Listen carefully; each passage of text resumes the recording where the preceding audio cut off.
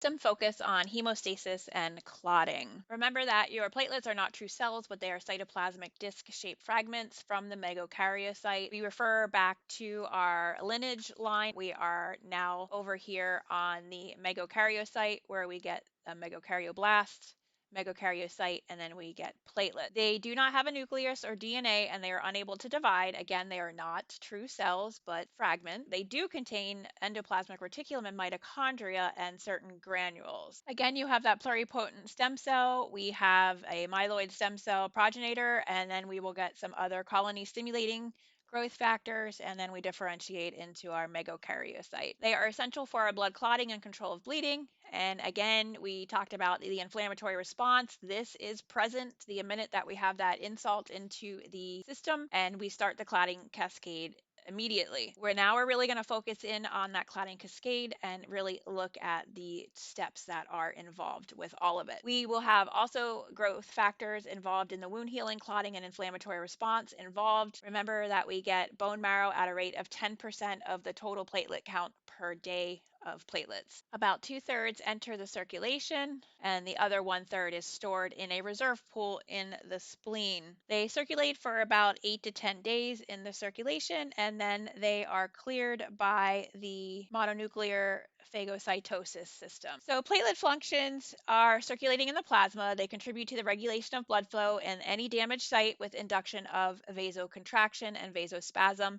They initiate the platelet-to-platelet interactions, resulting in the formation of a plug. We're going to go very in-depth into this process. Activation of the coagulation cascade. They have granulars capable of biochemical mediators. Just as in that inflammatory response, now we're going to be focusing on the clotting response and all those mediators that are in that system. So we have pro-inflammatory, which is ADP, ATP, calcium, serotonin, and histamine.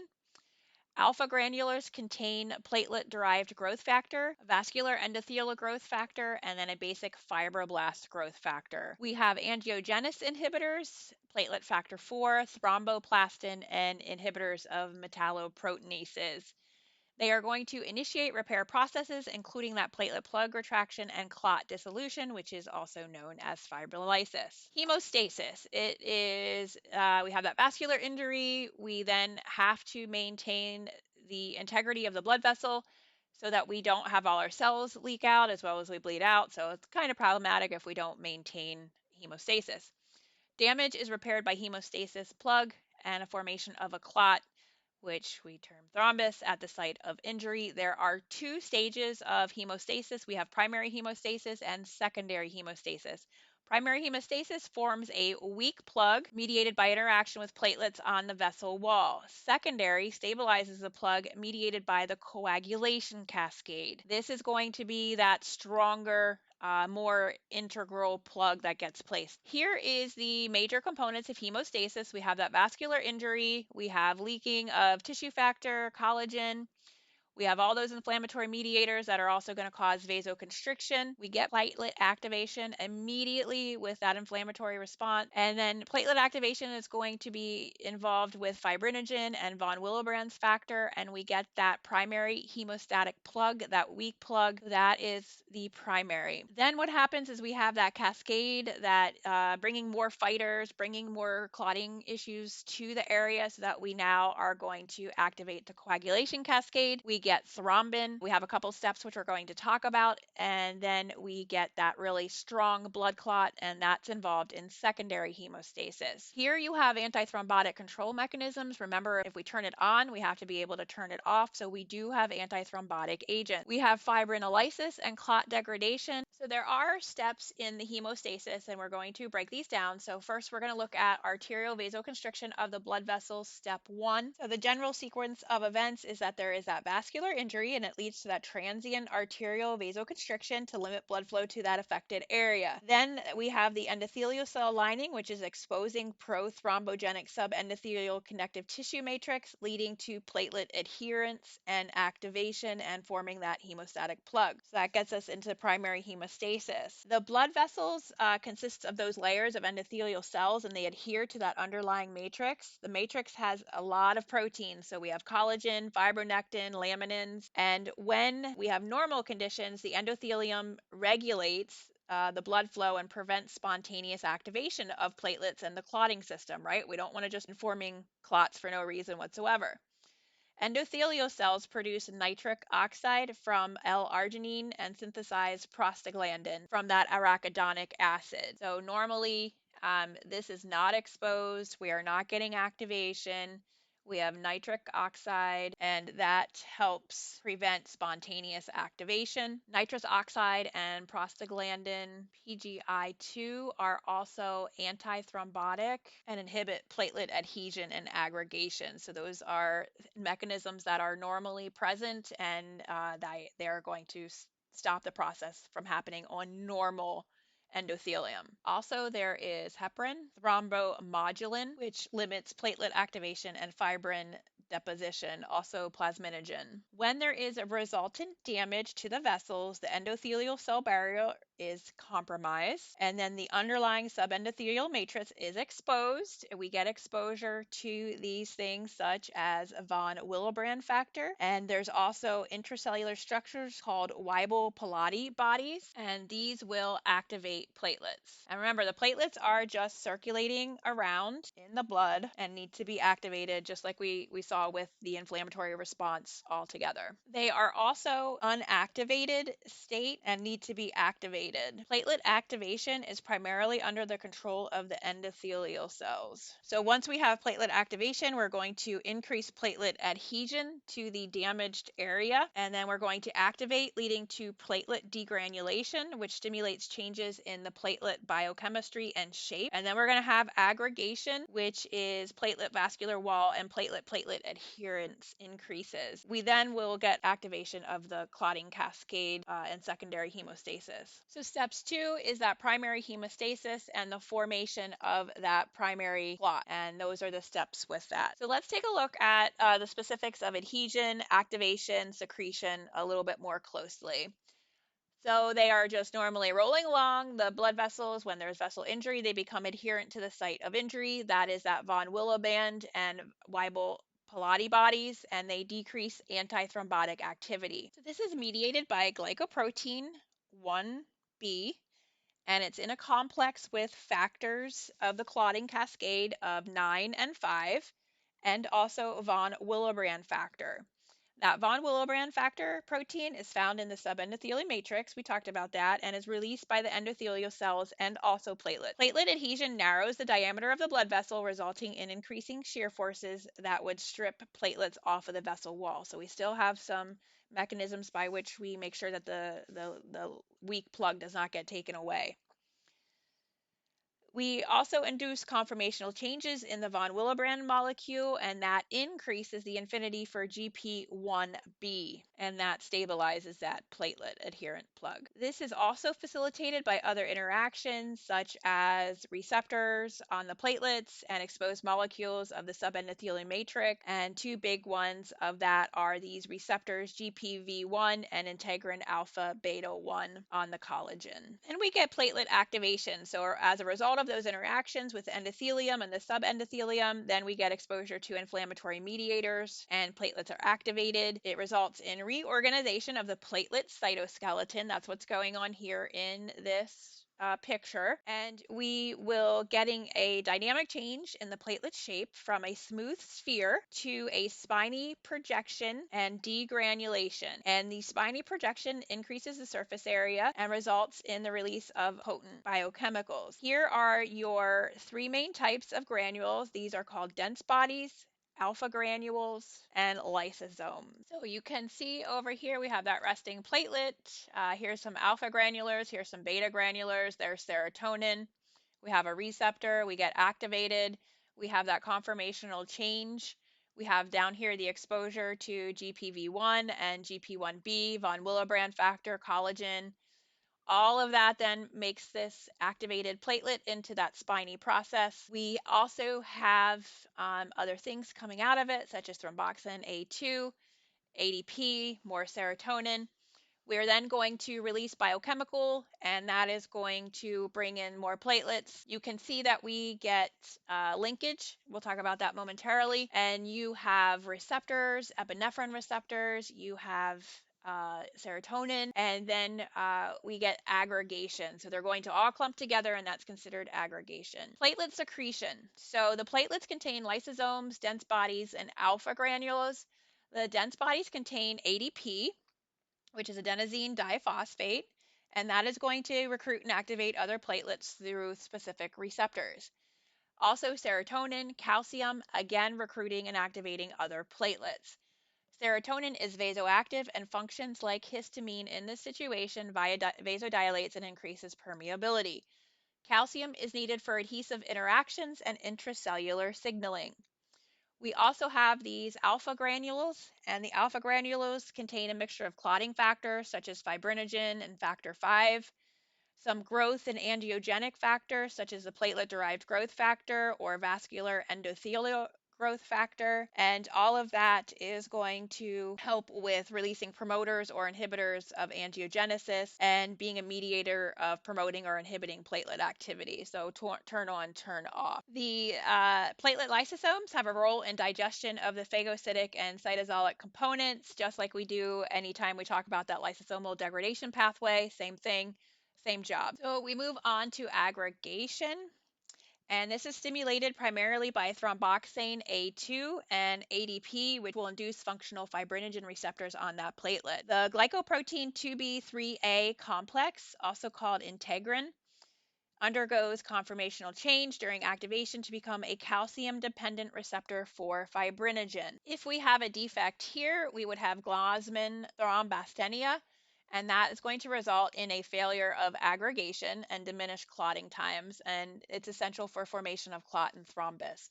So if you have a defect here, you will not be able to form a clot.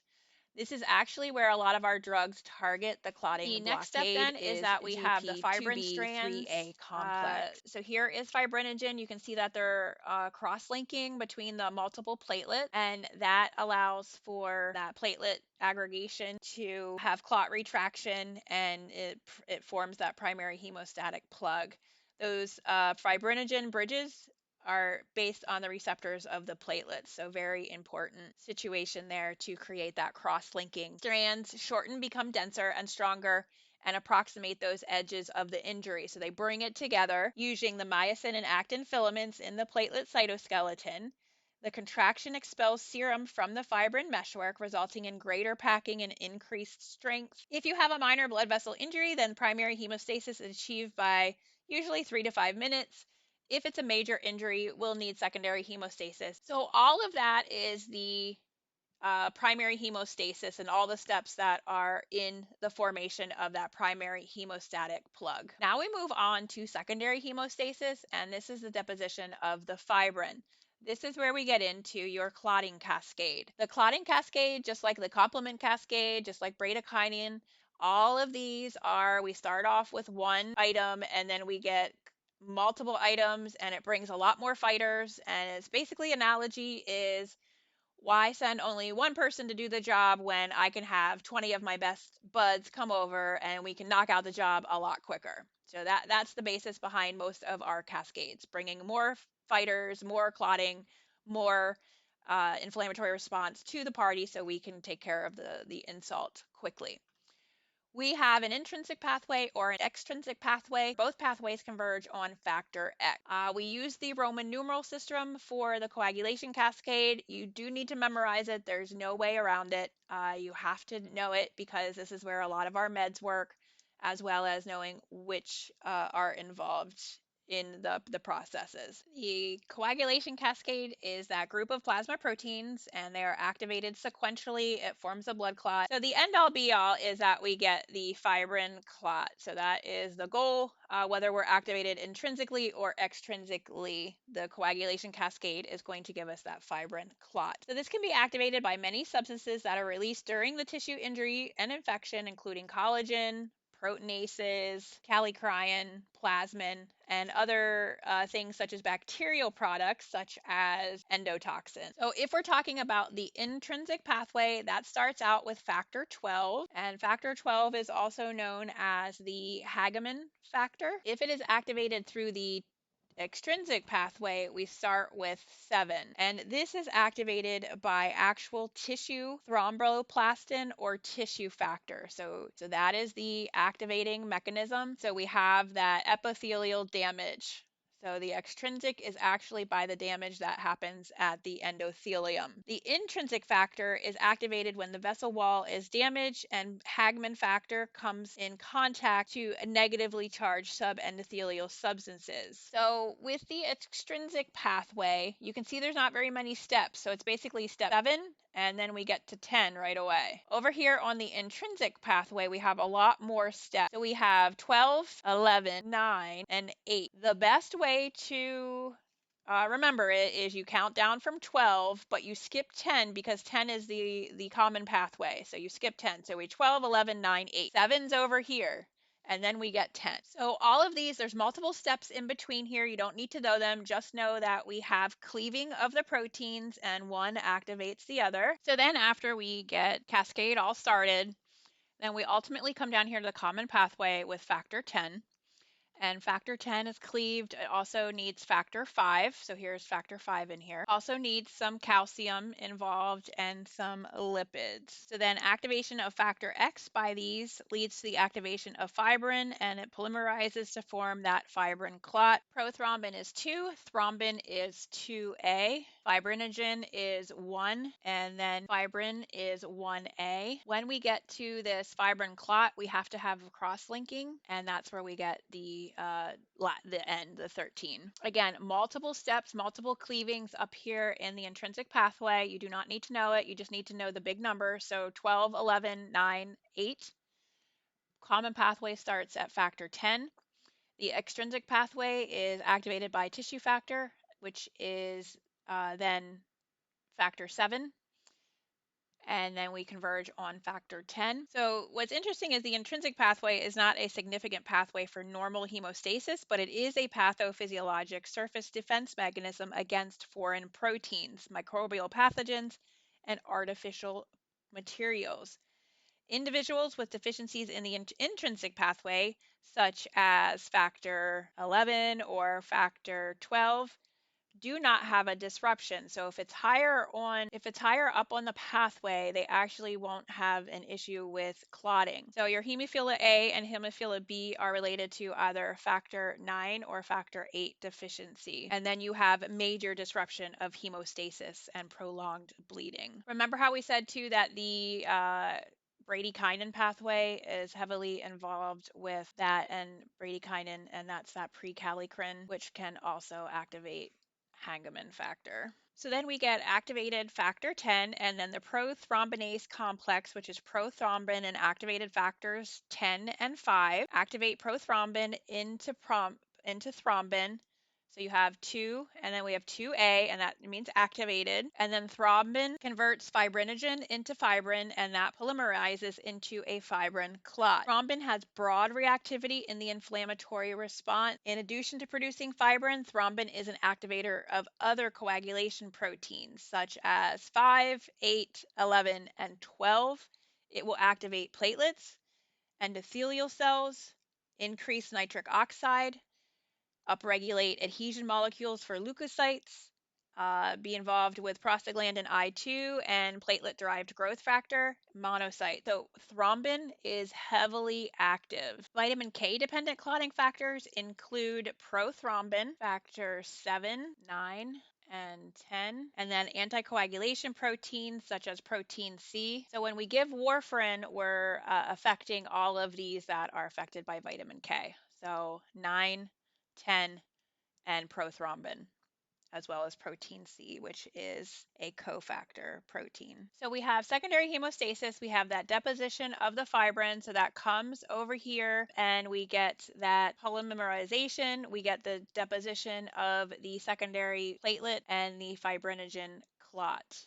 and that gets placed on there. Then we have step 4, which is clot stabilization and then ultimately reabsorption. We refer to this of lysis. We have the turn on system, which is the clot formation, primary and secondary hemostasis, and then we need to be able to get rid of the clot, and this is by fibrinolysis, and that is through the plasminogen plasmin system, and that produces plasmin. And then what happens is plasmin is a serine protease that degrades the fibrin polymers within those clots. It is an active precursor, is the plasminogen. So our primary anticoagulant mechanisms include thrombin inhibitors, so antithrombin 3, tissue factor inhibitors, and then the mechanisms for degrading activating clotting factors such as protein C. Antithrombotic mechanisms are activated by many means. One may be tissue plasminogen activator, which is TPA. We may have an endothelial surface that expresses it. Another way is urokinase like plasminogen activator. This is an extracellular activator. Or we may have thrombin, fibrin, factors 12A, 11A, and polyrenin. And then we'll have products of fibrillin lysis, which is fibrin degradation products. This is where you get your D-dimer. So we are breaking down that clot. There are properties of the endothelium that determines whether the clot formation, propagation, or dissolution occurs.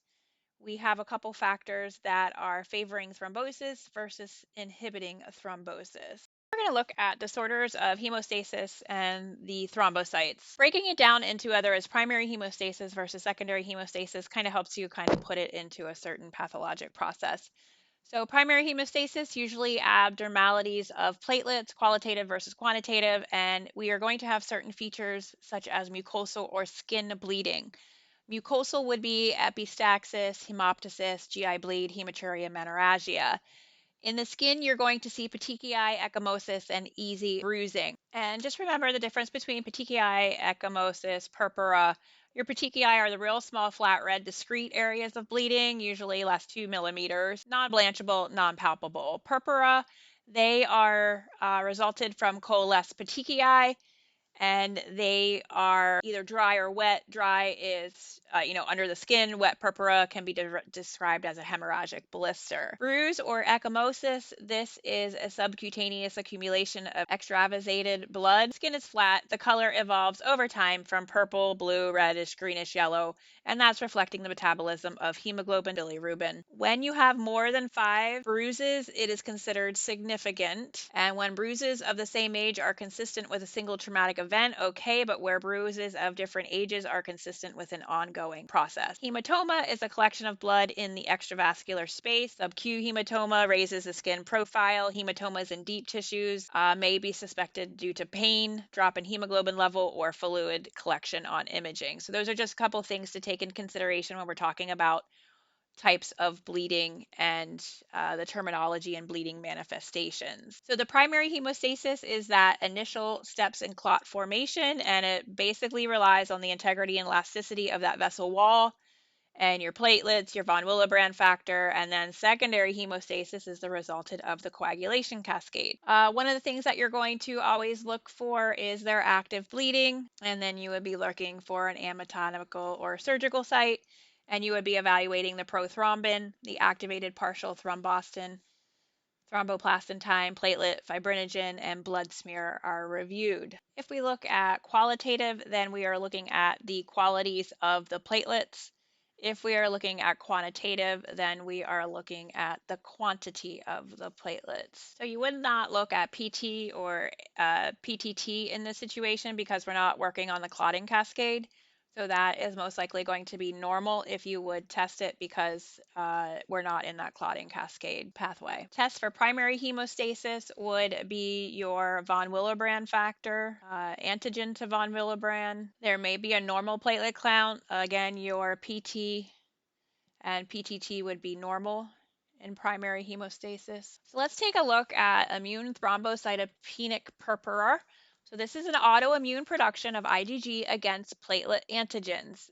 Those are produced in the spleen. They are autoantibodies. This is also called idiopathic thrombocytopenia, and this is an autoimmune hematologic disorder of isolated thrombocytopenia in the absence of an identifiable cause. It is typically found in children. You can see the incidence and epidemiological considerations over here, and can be found in the older population. And there is a prevalence of 3-to-1 female to male ratio. So what happens here?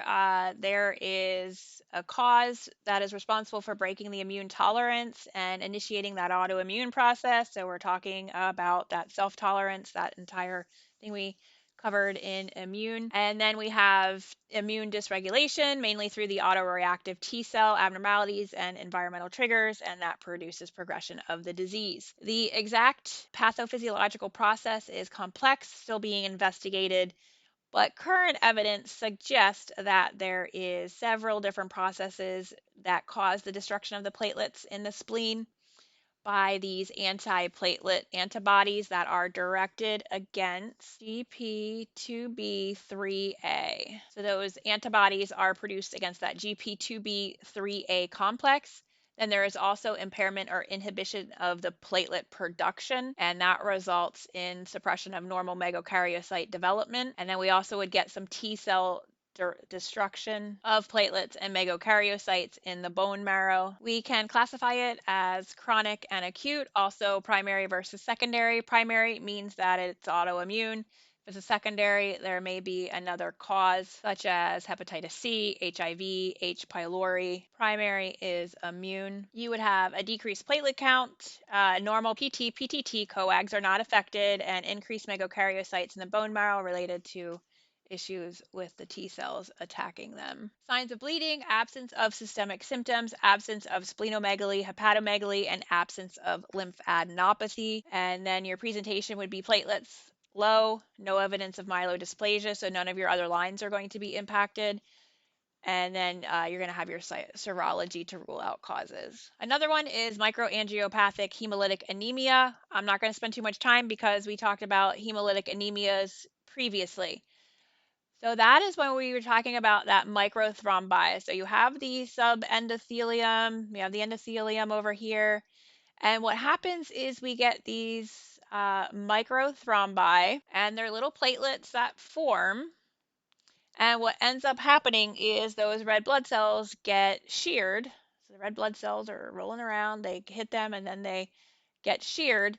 And we get those schistocytes, and it is related to multiple causes, but the mechanism is basically that pathologic formation of microthrombi. The two ones, TTP or HUS, so thrombotic thrombocytopenic purpura or hemolytic uremic syndrome. And you can see the cause for TTP is decreased enzyme that normally cleaves von Willebrand factor into smaller monomers for degradation, leads to abnormal platelet adhesion and resultant microthrombi. In HUS, it's due to the endothelial damage by drugs or infection, such as E. coli verotoxin. We get those damaged endothelial cells resulting in platelet microthrombi. Again, you're going to see skin mucosal bleeding, microangiopathic hemolytic bleeding. So you would see issues with your thrombocytes, and we would have anemia with schistocytes because of the searing of the red blood cells. Again, we're not affecting the coags, so you're going to have normal PT and PTT. Okay, so secondary hemostasis. Now we're going to be looking at the coagulation cascade and the generation of thrombin, fibrinogen, and fibrin. Cascade factors produced by the liver in an inactive state requires activation, intrinsic pathway versus extrinsic pathway. And also we have phospholipid surface of platelets and calcium involved in that as well. Usually due to factor abnormalities. So that's why understanding the coagulation cascade is important, because we're going to have process here. So with the secondary hemostasis disorders, we are going to be looking more at deep tissue bleeding, such as into muscles and joints, and this is hemoarthrosis, or rebleeding after surgical procedures. We are now going to have altered PT and PTT times because we are altering the pathway. So your activated partial thromboplastin is measuring the intrinsic pathway. Your PT time is measuring the tissue factor pathway or the extrinsic pathway. All right, first up is hemophilia A and B, and this is going to be working on the defective 9 or defective 8 cascade complex. It is X-linked recessive, and it can arise de novo, which meaning that there is no previous history of it in the family. And your evidence would be a high PTT, normal PT, because we're not working on the extrinsic pathway. We're only working on the intrinsic. We would have a low factor 8. Your platelet and bleeding time, which is used to evaluate platelet function, this would be normal. Your issue is with the coagulation cascade, and you would not have your factor 9, which is involved up here. So we need both factors 9 and 8 and 9 for thrombin generation via that intrinsic pathway of coagulation. So this is delayed in clot formation due to reduced thrombin generation because we are deficient in those enzymes. It also leads to the formation of an unstable clot that is easily dislodged, causing excessive bleeding. Hemophilia B is related to genetic factor on the 9.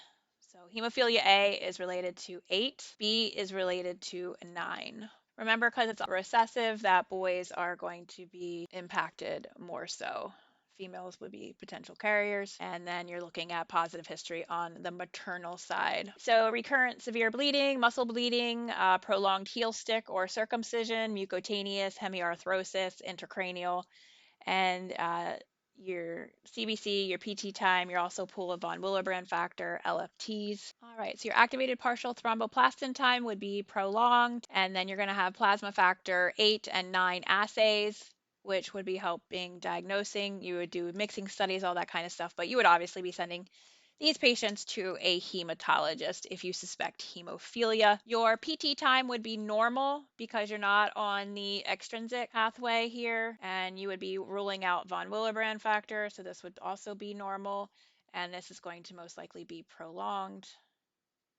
And then on the CBC, you may see anemia or a low hemoglobin. Your LFTs would aid in looking at, is there a reason for a prolonged PT from or APT from the actual factors produced in the liver. Okay, we have von Willebrand disease. So this is the most common inherited bleeding disorder, and it is either due to a quantitative or a qualitative abnormality of von Willebrand factor.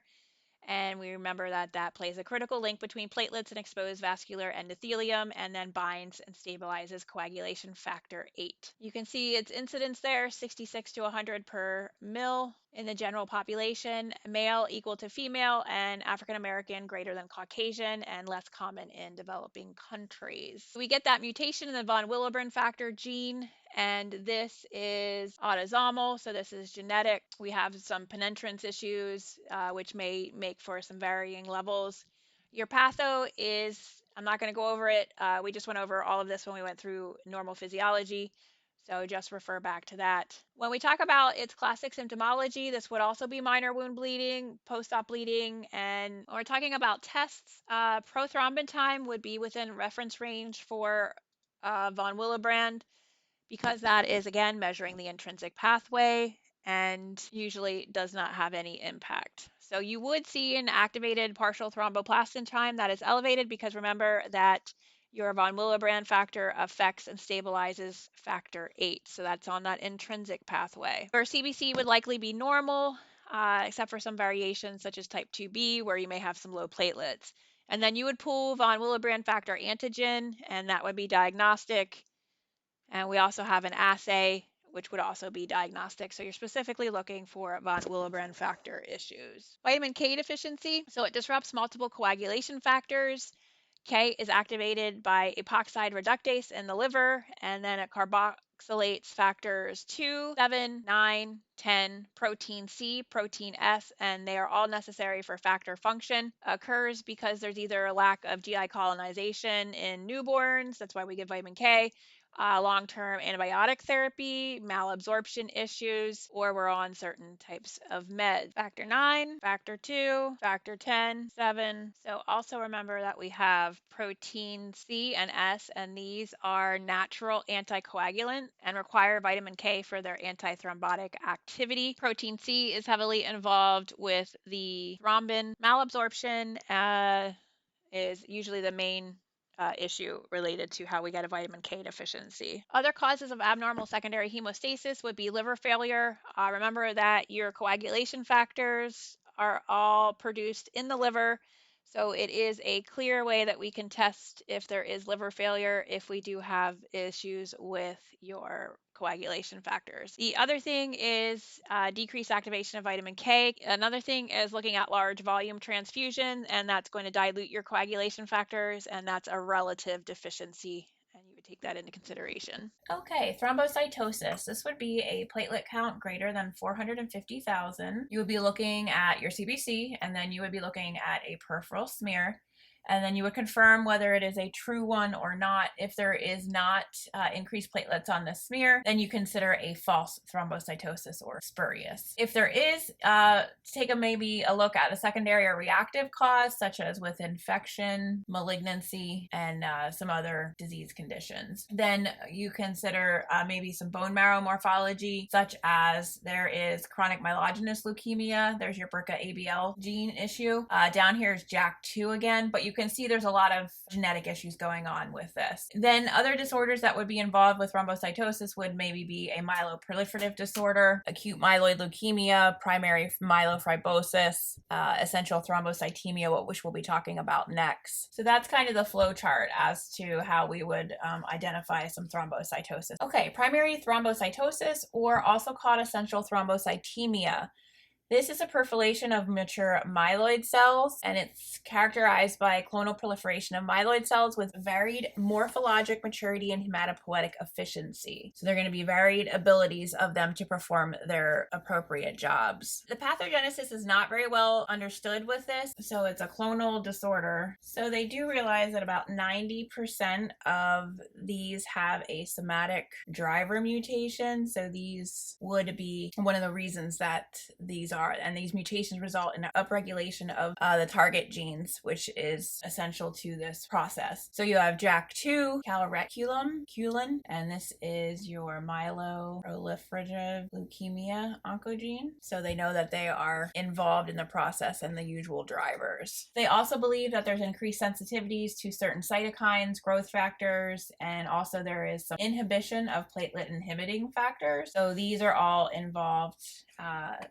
with that process. This normally affects age 50 to 70. Mean is about 60. Can affect children and young adults, and you can see the ratio here 2 to 1, and then the incidence about 2 to 3 per 100,000. This is a diagnosis of exclusion, so you do need to rule out your differential diagnosis, and then if you don't have any other reason for your thrombocytosis, then you would come back for this primary thrombocytosis. You can have some rare complications of progressing to acute leukemia, and it would make sense after we see this myeloproliferative leukemia gene in here, right? Or a marrow fibrosis. About half of your patients are going to be asymptomatic. Other patients are going to present with thrombosis and bleeding symptoms. Splenomegaly will be present. You're going to see it in both arterial and venous systems. Livedo reticularis. So this is that purplish coloration of the skin. It's kind of those big blocks of purple, and usually found on those lower legs. And then also headache, dizziness, lightheadedness. Again, rule out your other causes. Next up is the hypercoagulable state, a prothrombotic state, or also classified as thrombophilia. And you would basically have the propensity to throw a venous thrombosis due to an abnormality in the coagulation system. Can be inherited or acquired, and many factors can contribute to a hypercoagulable state, so it's multifactorial. And then some patients will have a heritable syndrome. The most common manifestation of this is a venous thrombotic event, and most likely a DVT. So there is going to be a pathological imbalance in the natural anticoagulant and procoagulant systems. We talked about that back in physiology. And that is going to create this ability for impaired fibrinolysis, so we can't get rid of the clot once we make it, and lead to this hypercoagulability. The underlying mechanisms will depend on the predisposing factors, and then there are multiple risk factors that can act all together and lower that threshold. All right, so the etiology, when we look at this prothrombotic state, we do have, it can be acquired or it can be inherited or idiopathic. If we have an inherited hypercoagulable state, we're looking at issues with the coagulation factors and inhibitors, and there's basically that imbalance of that procoagulation and anticoagulation. So we would be looking at potentially those protein C and S, and remember those were natural anticoagulants. There may be an issue with factor V or antithrombin, but really all areas that we talked about in that coagulation cascade would put the patient at risk for this hypercoagulable, and most of these are the inherited ones. If it would be related to acquired, so be thinking maybe a malignancy, maybe paroxysmal nocturnal hemoglobinuria, chemotherapy, and then idiopathic is we really just don't know what it is. And then the risk factors all make sense for having a presentation of this, and this is what we always talk about with our blood clots. So immobilization, trauma, surgery, especially orthopedic, malignancies, pregnancy, and then some obesity as well. Richal triads. So this is how we get kind of the cause of the VTE, knowing that we have these three things that are present. So we have number one, which is blood stasis. Number two is vascular endothelial injury. And number three is abnormalities in that circulating blood constituents, which leads to your hypercoagulability. Look at those epidemiological characteristics here. So general pop, 100 per 100,000, but then we get into greater than 85 years. Look how that skyrockets up to 1,000 out of 100,000. So there's definitely risk as we get older. Hypocoagulable state presentation, so calf swelling, pain and tenderness along the deep venous system, and that's going to go with your DVTs. And then chest pain, tachypnea, breathlessness, we're going over into the PE presentation. And then, are we getting more into a problematic area with the hypotension and tachycardia? And a big thing, is there a family history of VTE? So that would prompt you to be thinking of more of a genetic issue other than a provoked due to some other condition. You would pull a CBC in all patients, and then if you would have some other factors such as maybe an anemia or an elevated WBC, then that would persist to maybe some other cause. So you're going to be looking at your clotting cascade, and this would be reduced or prolonged. Remember, if we're looking at the activated partial thromboplastin time, we're looking at that intrinsic, and those would be factors 9, 8, 11. If you have an elevated fibrinogen, that means that you are going to be in a prothrombotic state. If you have a prolonged PT time, then it's indicative of DIC,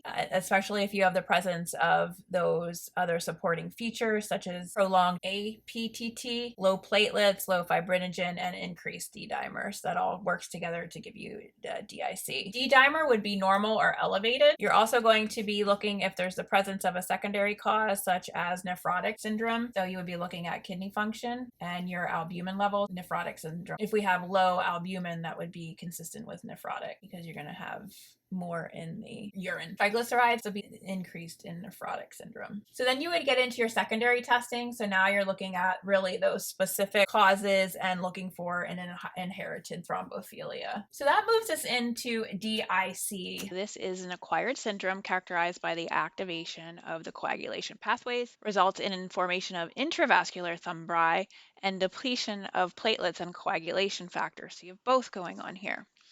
The clinical history would include epistaxis, gingival bleeding, hematuria, cough, dyspnea, fever, delirium, potential coma. It is always secondary to another process, such as obstetric issues, leukemia, sepsis. So two hallmarks of DIC are the continuous generation of intravascular fibrin and then the consumption and depletion of procoagulants and platelets. So there's increased clotting is accompanied by decreased fibrinolysis. Thrombin production is increased by activation of a tissue factor, so that's 7A pathway, and then thrombin, which is a proteolytic enzyme, cleaves fibrinogen to form fibrin. Without that functional counteraction from the anticoagulant pathways, increased thrombin continuously amplifies the coagulation cascade through its positive feedback and consumptive depletion of procoagulants and platelets, finally leading to a widespread fibrin deposition, and that results in a multi-organ failure. So you have a precipitating event, and that's why it's always secondary to some issue. And then what you're going to have is tissue factor, and that's on that extrinsic pathway activation. So that's your factor 7. And then we get the coagulation cascade, which eventually leads to excessive thrombin formation, which will lead to intravascular fibrin. And then we're going to have consumption and depletion of procoagulant states and platelets. So remember, thrombin is involved in the conversion of plasminogen to plasma, and then that's activated to form that plasmin. Thrombin is involved in that process. So normally when we have plasmin and plasminogen, we're looking at fibrinolysis. That is where we get those fibrin degradation products. And that's going to lead to excessive bleeding because there's that plasmin-mediated biodegradation of the fibrin and fibrinogen. So that would lead to, excessive bleeding is going to lead to your shock, hypotension, and increased vascular permeability. So we have that increased clotting. Thrombin production is increased due to the activation of that tissue factor 7 pathway. So with DIC, you're going to have those shock-like symptoms, hypotension, tachycardia, purpura fulminans, which would be evidenced by that large area of widespread petechiae, ecchymosis, oozing, hematuria. So your labs are all going to support, so your platelet count's going to be decreased due to that excessive consumption. You're going to have prolonged PT. Your APT will be unpredictable because of both measuring the intrinsic and the common coagulation pathways. And remember, we're really working on that extrinsic pathway, which would be your PT. And then you would have decreased fibrinogen because of the excessive consumption. And you would have evidence of microangiopathic hemolytic anemia. Your D-dimer would be elevated, and that's because you have that plasmin-mediated biodegradation of fibrin and fibrinogen. Embolism is talked in this because it is, a thromboembolic event for a lot of our problems. I'm not going to spend a lot of time here. We'll talk about PE when we get into respiratory. You do have a couple different types of embolus. You have our atherosclerotic embolus, which we'll talk about in cards. Fat embolus, which is associated with bone fractures, especially long bones, soft tissue damage. We do have gas embolus, which is known as the bends. And then you can have an amniotic fluid embolus, which is obviously related to a L&D issue. For this situation, we're talking about a thromboembolic. So this is a thrombus that is formed related to a hypercoagulable state. We just talked about that, so just refer back. And, we just talked about VTE, so refer back, but just want to kind of bring that together and realize that we have that. All right, so that's it for your hematologic unit.